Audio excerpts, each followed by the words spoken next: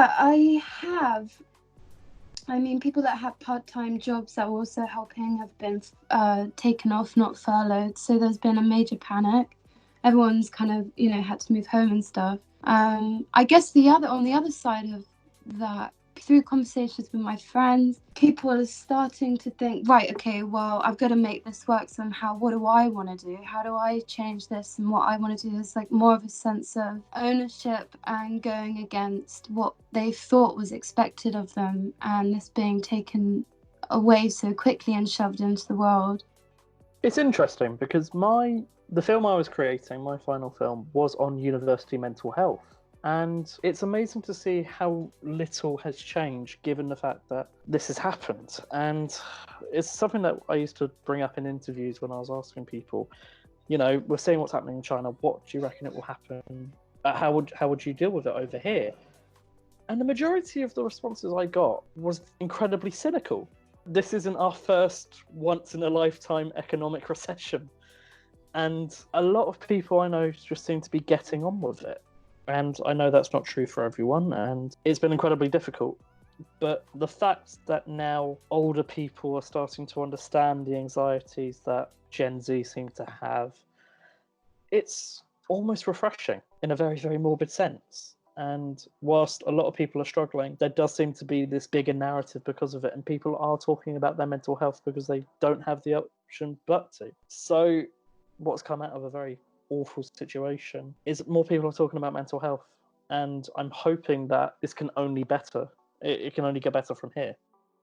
I think there was a lot of anxiety and just general people being scared about the future before the pandemic happened.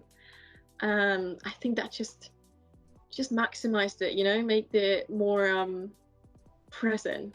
That you're always scared if you're gonna get a job. You're always scared of not getting the right job or not earning enough money. You're always scared of a lot of things when you graduate, as Georgia said, getting out of the student bubble. But with this happening, there's just a lot more things to be scared of. Resources are available from universities and generally, and I think a lot of friends started to check on each other as well. And families started calling in, people that you usually just, say hello to, like, how are you? Just have a general conversation, started actually being like, okay, but how are you? Are you okay? Are you dealing with the situation? We became more aware of each other and each other's, I think that at the moment we all became alone. We all stayed home for the lockdown. We connected a lot more. And I think that's very nice, but it doesn't change the fact that we are in a bad situation in a job market, and that's still gonna scare us. So as long as this situation is gonna be resolved, and as long as the unemployment is gonna fall, the job opportunities are gonna be there, there's not really much that can be done to make us feel more secure. I think it's worth bearing in mind sometimes, at least with my cohort, is that this is not a good time for student mental health as it is. Writing dissertations does not hit the student body very well. Final year exams does not hit everyone very well normally.